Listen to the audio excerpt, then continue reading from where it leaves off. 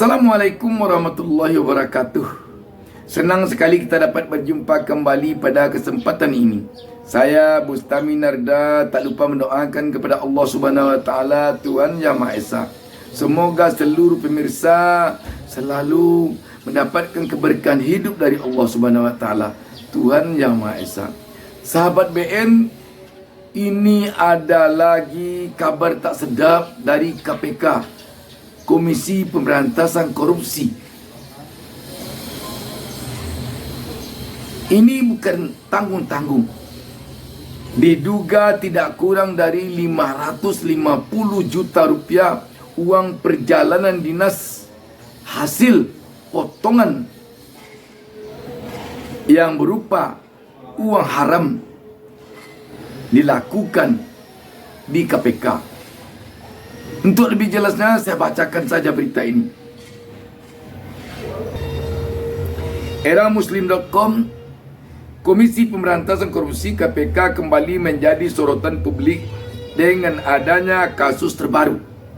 Setelah terungkap kasus pungli senilai 4 miliar di rutan KPK dan kasus pelecehan seksual, kali ini muncul dugaan tindak pidana korupsi yang melibatkan seorang pegawai di unit kerja administrasi KPK. Cahaya Harepa, Sekretaris Jenderal KPK, mengungkapkan dugaan korupsi tersebut terungkap setelah pihak internal melakukan pemeriksaan.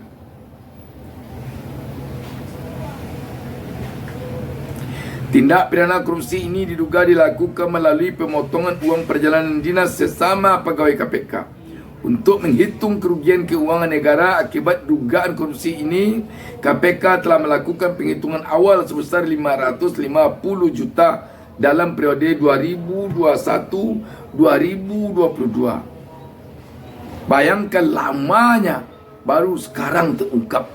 Setelah ribut-ribut juga persoalan pungli dan persoalan pelecehan seksual yang dikemukakan di atas tadi.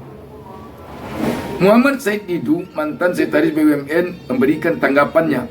Ia mempertanyakan kepercayaan publik terhadap KPK dalam kasus ini.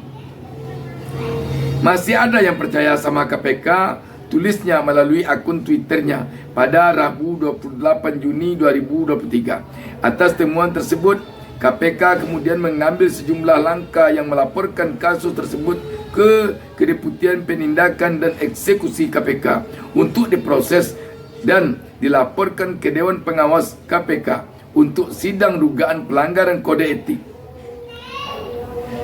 Coba kita lihat nanti sidangnya, apakah Dewas lagi-lagi tidak menemukan bukti yang cukup untuk ini, seperti yang terjadi pada kasus Ketua KPK Firly Bahuri baru lalu. Selain itu, KPK juga akan membentuk tim khusus untuk pemeriksaan kedisiplinan pegawai untuk menangani pelanggaran di internal lembaga anti rasuah. Lagi-lagi kita melihat ini adalah bagaikan tongkat yang membawa rebah, bagaikan pagar yang makan tanaman. Memang pantas Said Didu mengatakan, masihkah kita percaya lagi kepada KPK? Dan kalau rakyat sudah tidak percaya kepada KPK, kepada siapa rakyat lagi akan menggantungkan harapan untuk memberantas korupsi di negara ini? Sedangkan kita tahu korupsi itu harus diberantas kalau ingin negara ini baik. Harus diberantas. Dengan demikian sahabat, lagi-lagi kita tentu berharap sebagai rakyat biasa agar KPK ini kembali ke posisi semulanya. Jangan ada juga kesan di tengah-tengah publik bahwa KPK ini bagaikan boneka. Jangan ada kesan. Ini hanya kesan, mudah-mudahan tidak terjadi. Tetapi yang diharapkan oleh rakyat tentu kesan ini tidak ada lagi nanti. Kesan yang mengesankan bahwa KPK bisa dikendalikan oleh kelompok-kelompok, kekuatan-kekuatan tertentu, terutama kekuatan politik, Jangan hendaknya kesan itu muncul lagi. KPK hendaknya tentu benar-benar bisa dengan gaji yang telah diberikan oleh rakyat kepadanya menjalankan apa yang menjadi keinginan rakyat, yakni memberantas korupsi tanpa tading aling-aling, tanpa pengaruh politik, tanpa pengaruh kekuatan manapun. Yang memilih komisioner KPK ini adalah orang-orang di Dewan Perwakilan Rakyat di Senayan yang berasal dari fraksi-fraksinya berasal dari partai. Karena itu sungkan rasanya KPK ini menggaruk orang-orang partai kalau ada melakukan korupsi.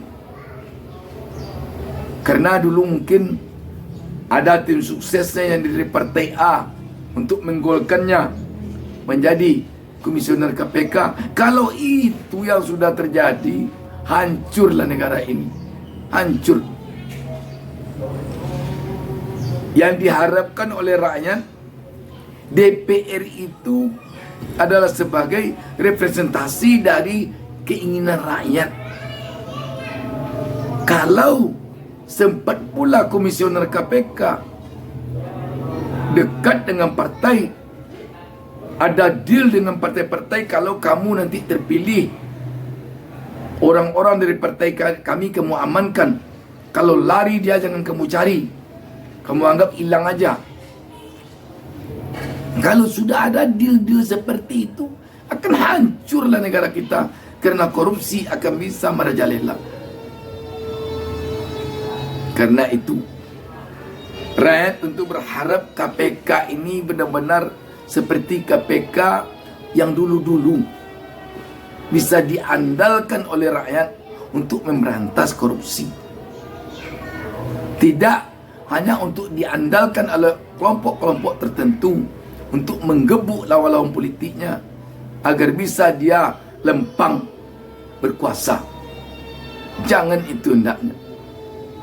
Sebab sekali lagi disampaikan, yang menggaji orang-orang di KPK ini bukan sekelompok orang, bukan sekelompok kekuatan politik.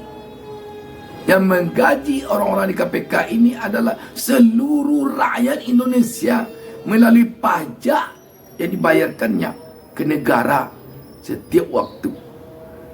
Mental macam apa yang ada di KPK kalau sudah berani KPK melakukan pemotongan uang perjalanan dinas pegawai KPK? Apakah ini dampak dari pegawai KPK ini menjadi ASN? Pertanyaan ini tentu perlu menjadi bahan renungan bagi presiden ke depan nanti, bagi anggota DPR RI ke depan nanti. Apakah akan terus perlu dipertahankan undang-undang sekarang yang menjadikan pegawai KPK itu ASN yang punya jenjang birokrasi sampai ke kementerian yang ada di kabinet, sehingga pegawai KPK itu dia harus merasa tunduk kepada menteri yang ada di kabinet. Padahal tidak tertutup kemungkinan dia harus bekerja untuk memberantas korupsi di kementerian itu, di kabinet itu. Ini salah satu bukti yang banyak kita dengar terjadi potong-memotong uang perjalanan dinas ini di ASN selama ini.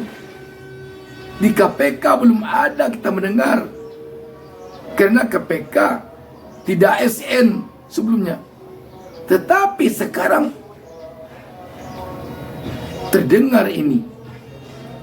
Makanya kalau dikatakan oleh publik bahwa memang penyakit ASN telah menular ke KPK, karena KPK sekarang pegawainya sudah ASN, jangan disalahkan rakyat. Sahabat BN, Semakin lama semakin terlihat bahwa revisi undang-undang KPK ini ternyata memang sepertinya telah membuat KPK makin lama makin lemah, makin lama makin lemah, makin lama makin lemah, dan makin lama makin keluar dari tujuan KPK dirikan untuk memberantas korupsi. Demikian, wassalamualaikum warahmatullahi wabarakatuh. Jangan lupa subscribe. Jangan lupa subscribe.